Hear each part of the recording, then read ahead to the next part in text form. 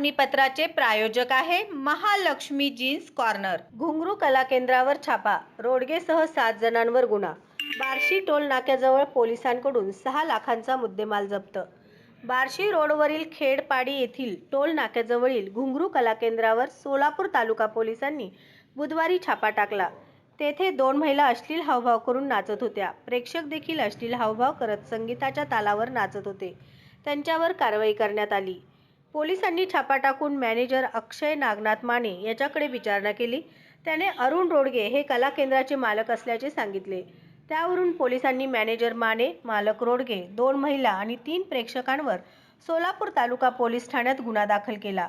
यात साऊंड बॉक्ससह 6 लाख रुपये किमतीची कार पोलिसांनी जप्त केली। दरम्यान रोडगे यांना अद्याप पोलिसांनी अटक केली नाही।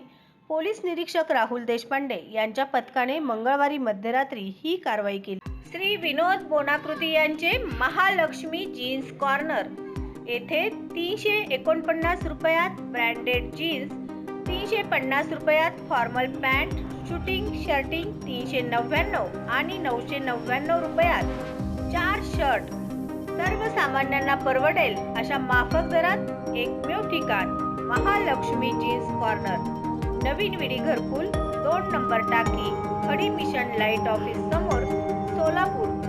Mobile number 70 58 01 43 50।